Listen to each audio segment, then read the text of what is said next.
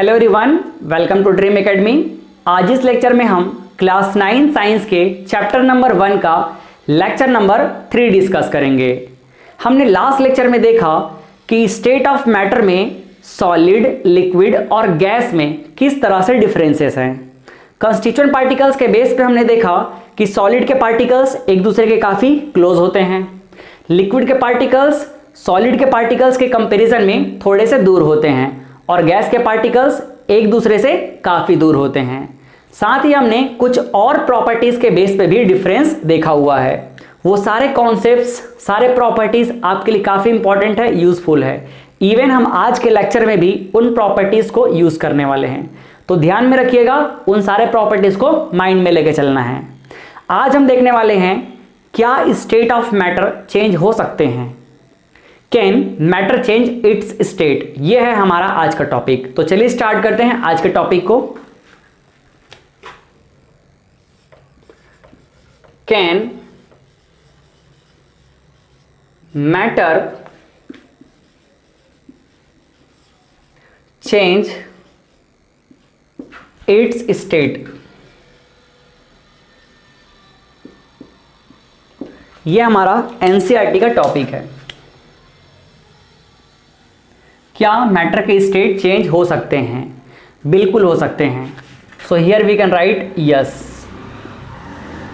अब बात आती है कि स्टेट ऑफ मैटर कैसे चेंज होंगे। तो ये दो तरीके से चेंज हो सकते हैं। पहला बाय चेंजिंग टेम्परेचर और सेकंड बाय चेंजिंग प्रेशर। तो दोनों को हम वन बाय वन स्टडी करेंगे। State of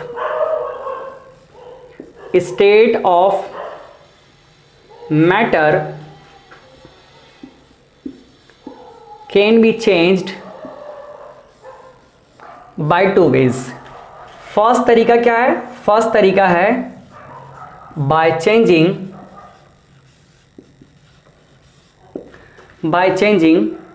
temperature।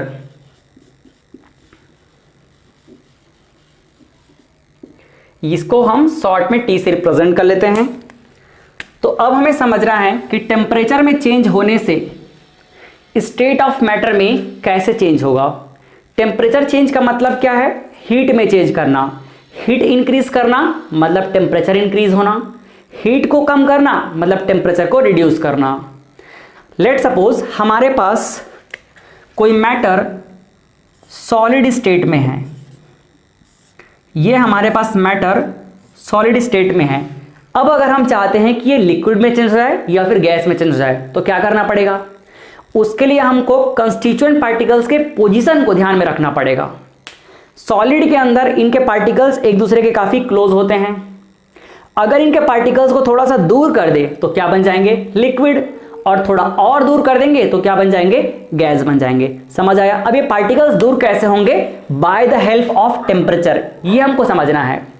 देखो, अगर हम सॉलिड के पार्टिकल्स को क्या करें? हीट प्रोवाइड करें, मतलब टेम्परेचर को इंक्रीज करें, तो क्या होगा? सॉलिड के पार्टिकल्स की काइनेटिक एनर्जी बढ़ जाएगी। काइनेटिक एनर्जी बढ़ने से इनका जो रैंडम मोशन है वो बढ़ जाएगा। रैंडम मोशन बढ़ने से इनके पार्टिकल्स एक दूसरे से दूर हो जाएंगे, और अगर दूर हुए तो सॉलिड से किस में कन्वर्ट हो जाएंगे? लिक्विड में। सिंपल सी बात है, ठीक है। चलो, तो ये हमने सॉलिड के पार्टिकल्स को लिक्विड में चेंज कर लिया। कैसे? हीट बढ़ा करके या टेम्परेचर को बढ़ा करके। अब अगर लिक्विड के पार्टिकल्स को हम और हीट कर दें, अगर इसको हम और हीट कर दें तो फिर क्या होगा? अगेन लिक्विड के पार्टिकल्स की काइनेटिक एनर्जी बढ़ जाएगी। काइनेटिक एनर्जी बढ़ने से रैंडम मोशन बढ़ जाएगा।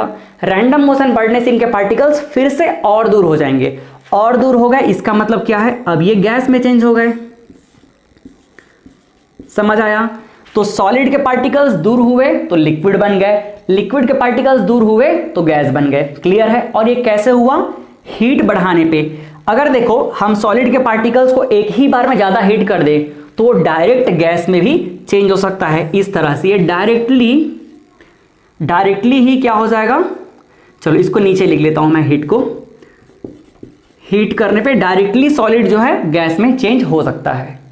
अब देखो यहां से एक चीज समझना है, सॉलिड से लिक्विड, लिक्विड से गैस, हम यहां कैसे पहुंचे? हीट को बढ़ाने पे, टेम्परेचर को बढ़ाने पे। तो इसको मैं सिंपल तरीके से लिख सकता हूं, हमने क्या किया यहां पे टेम्परेचर को बढ़ाया। ये देखो सिंबल को समझते चलना, क्योंकि मैं बहुत सारी चीजें जो मैं सिंबल से पढ़ाऊंगा ताकि आपको पढ़ने में आसानी हो। तो देखो यहाँ पे ये हमने टेम्परेचर को क्या कर दिया, इंक्रीज कर दिया। टेम्परेचर को इंक्रीज करने से सॉलिड लिक्विड में चेंज हो गया और लिक्विड जो है गैस में चेंज हो गया। अब अगर हम अपोजिट करना चाहें, अगर हम चाहें कि गैस जो है लिक्विड में चेंज हो जाए या गैस जो है सॉलिड में चेंज हो जाए, तो हम क्या करेंगे, गैस के पार्टिकल दूर दूर होते हैं, उनको किसी तरह से पास लाना पड़ेगा ना। तो पास कैसे लाएंगे, अगर उनकी काइनेटिक एनर्जी को हम लूज कर दें, उनके काइनेटिक एनर्जी को खत्म कर दें, तो क्या हो जाएंगे, वो पास आ जाएंगे। अब देखो ये जो गैस है, इनके पार्टिकल्स की काइनेटिक एनर्जी कैसे खत्म होगी, इनको हम ठंडा कर देंगे, इनके हीट को कम कर देंगे। तो देखो यहाँ पे अगर मैं इसको क्या कर दूं, अगर मैं इसको कूल कर दूं, एरो देखते चलिए, गैस से लिक्विड में जाना है तो इसको हम क्या कर देंगे, कूल कर देंगे। गैस के पार्टिकल्स को कूल करेंगे तो पास आ जाएंगे और किस में कन्वर्ट हो जाएंगे, लिक्विड में कन्वर्ट हो जाएंगे। लिक्विड के पार्टिकल्स को अगेन हम क्या करेंगे, कूल कर देंगे, तो इनकी काइनेटिक एनर्जी कम हो जाएगी और काइनेटिक एनर्जी कम हो जाने से इनका रैंडम मोशन कम हो जाएगा, फिर वो पास आ जाएंगे। तो देखिए हमने कूल किया तो अब ये जो लिक्विड है सॉलिड में चेंज हो गया। और अगर हम गैस के पार्टिकल को अगर इतना कूल कर दें कि डायरेक्ट बहुत पास आ जाए, तो फिर ऐसी पॉसिबिलिटी भी है कि गैस डायरेक्ट किस में चेंज हो जाए, सॉलिड में चेंज हो सकता है, अगर हम इसको अच्छे तरीके से ज्यादा कूल कर दे।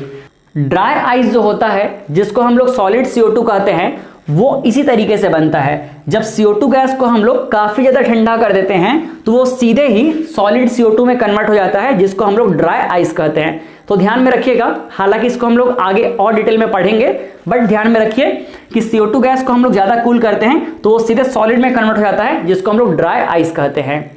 तो यहाँ एक चीज देखिए, जब हमें सॉलिड से लिक्विड और लिक्विड से गैस में जाना था तो हमने क्या किया, टेम्परेचर बढ़ाया, हीट बढ़ाया। और जब हमको गैस से लिक्विड और लिक्विड से सॉलिड में आना था तो हमने क्या किया, ठंडा किया, मतलब टेम्परेचर कम किया।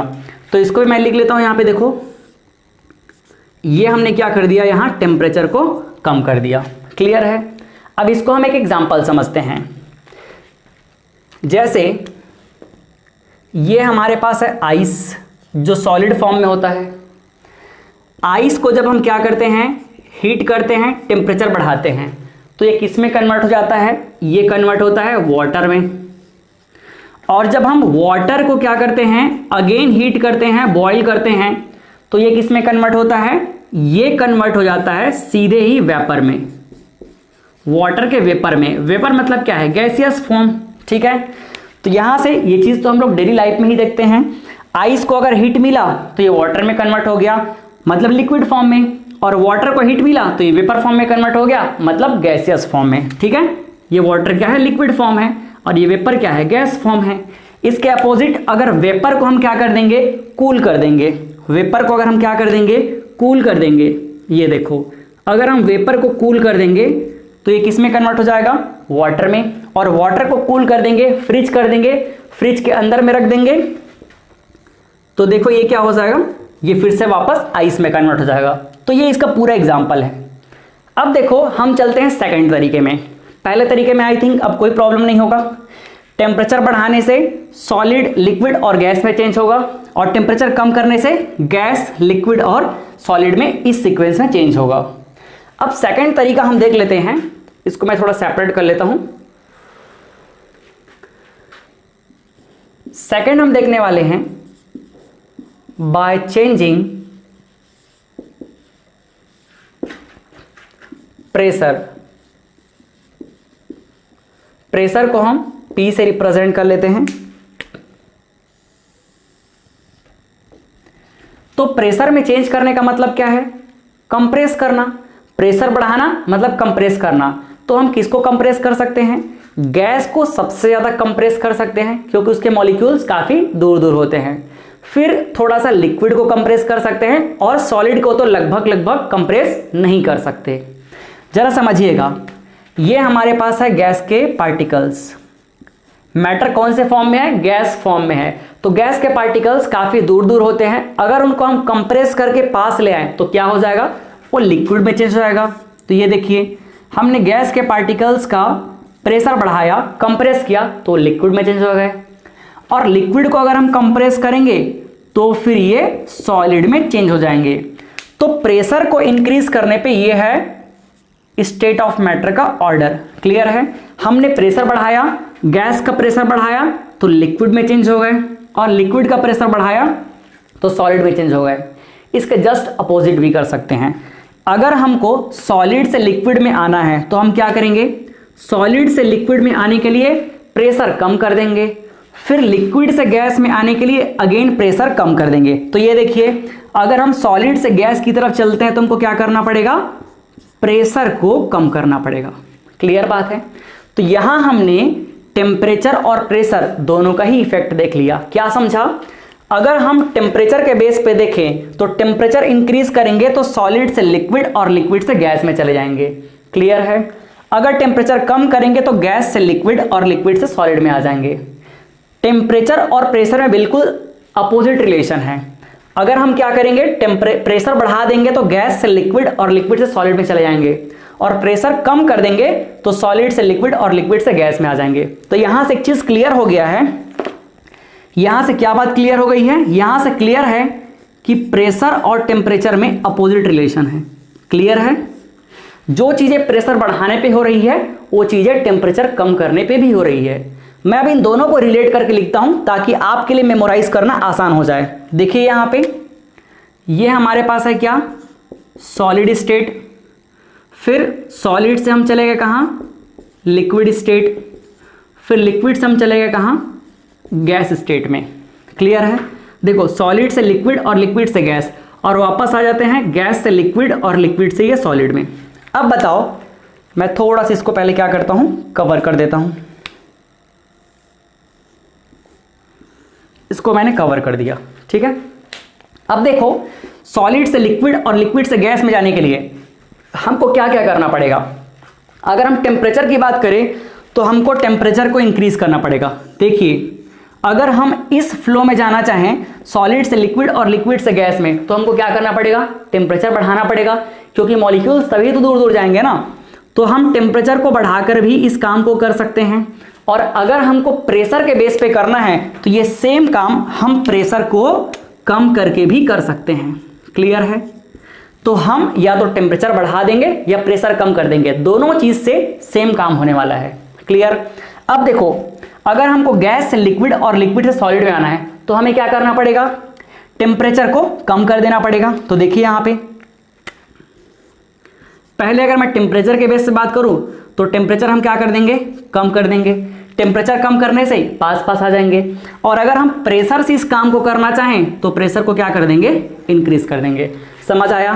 तो ये जो मैंने अभी एक फ्लो चार्ट बनाया है ये इन सब का एक फाइनल कंक्लूजन है। क्लियर है? इसको मैं और अच्छे तरीके से कवर कर देता हूं।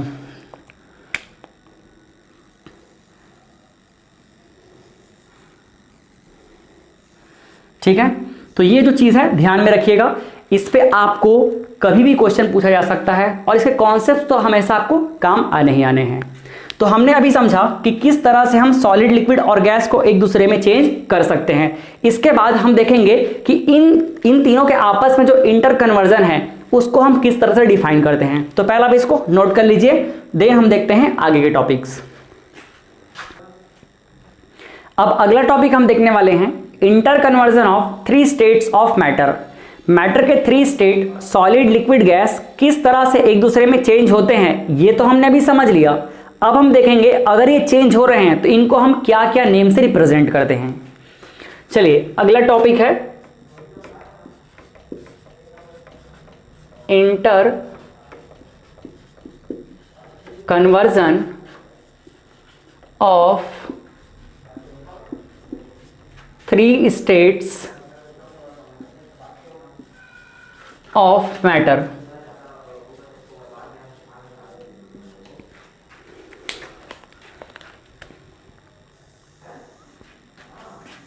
Three state, solid, liquid, gas.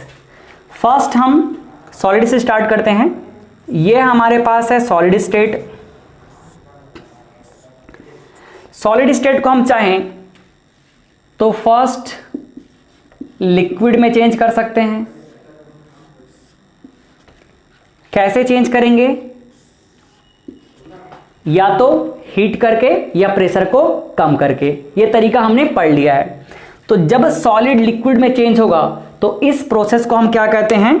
इस प्रोसेस को हम कहते हैं फ्यूजन। इसे हम कहते हैं फ्यूजन, ठीक है, या फिर हम एक और नाम से जानते हैं मेल्टिंग। क्लियर है? So conversion of solid into liquid is known as fusion और यू कैन से मेल्टिंग। और जिस टेम्परेचर के वैल्यू पे सॉलिड लिक्विड में चेंज होना स्टार्ट होता है उस टेम्परेचर के वैल्यू को हम कहते हैं मेल्टिंग पॉइंट। हालांकि डिटेल में आगे पढ़ेंगे हम, बट अभी से चीजों को माइंड में रखते हुए चलना है। तो मेल्टिंग पॉइंट जो एक वर्ड है, शॉर्ट में लिखता हूं मैं एमपी। मेल्टिंग पॉइंट क्या है? ये टेम्परेचर का वो वैल्यू होता है जिस वैल्यू पे सॉलिड लिक्विड में कन्वर्ट होना स्टार्ट होता है। जैसे अगर हम बात करें आइस का, तो आइस को जैसे ही 0 डिग्री सेल्सियस से ऊपर करते हैं तो फिर वो वाटर में कन्वर्ट होना शुरू हो जाता है। तो आइस के लिए मेल्टिंग पॉइंट क्या होगा? आइस के लिए मतलब वाटर के लिए सिंपल सी बात है 0 डिग्री सेल्सियस। क्लियर है? ध्यान में रखिएगा। अब देखो, अगर हम चाहें तो सॉलिड को डायरेक्ट गैस में भी चेंज कर सकते हैं। क्लियर है? चलो पहले मैं क्या करता हूं, लिक्विड को गैस में चेंज कर लेता हूं। ये हमारे पास है क्या? गैस। तो जब हम लिक्विड को गैस में चेंज करते हैं तो इस प्रोसेस को हम कहते हैं वेपोराइजेशन। क्या कहते हैं? वेपोराइजेशन। वेपोराइजेशन, ठीक है, वेपर में कन्वर्ट होना, सिंपल सी बात है। So the conversion of liquid into gas is known as vaporisation. और जिस टेम्परेचर के वैल्यू पे लिक्विड गैस में चेंज होना स्टार्ट होता है उसे हम कहते हैं बॉइलिंग पॉइंट। शॉर्ट में बीपी लिख दिया मैं। क्लियर बात? लिक्विड का गैस में चेंज होना क्या कहलाएगा? वेपोराइजेशन। और जिस टेम्परेचर के वैल्यू पे लिक्विड गैस में चेंज होना स्टार्ट होगा उस टेम्परेचर के वैल्यू को हम क्या कहेंगे?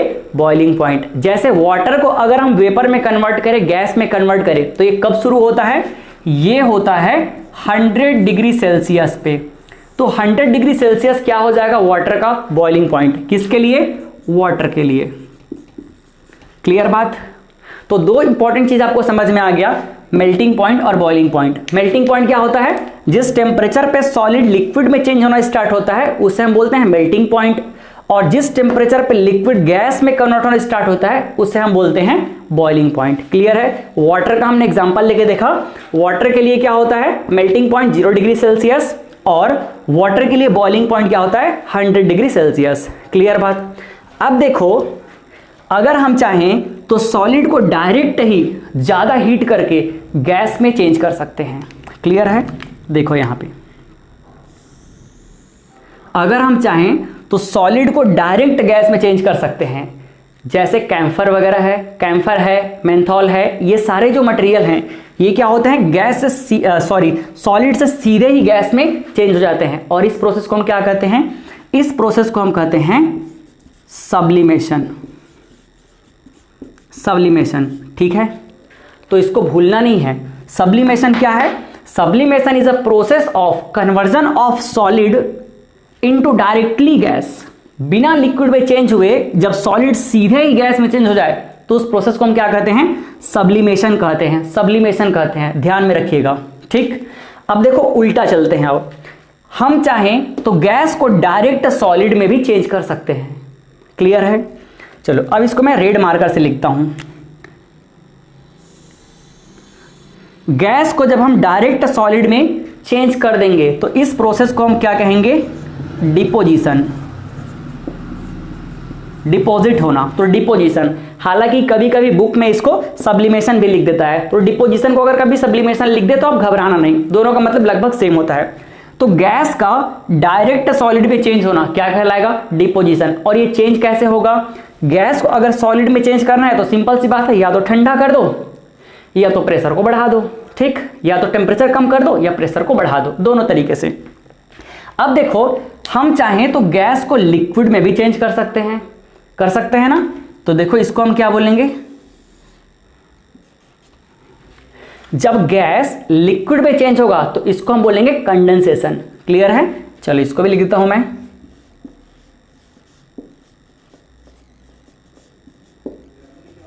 ठीक है। तो कंडेंसेशन क्या है भाई?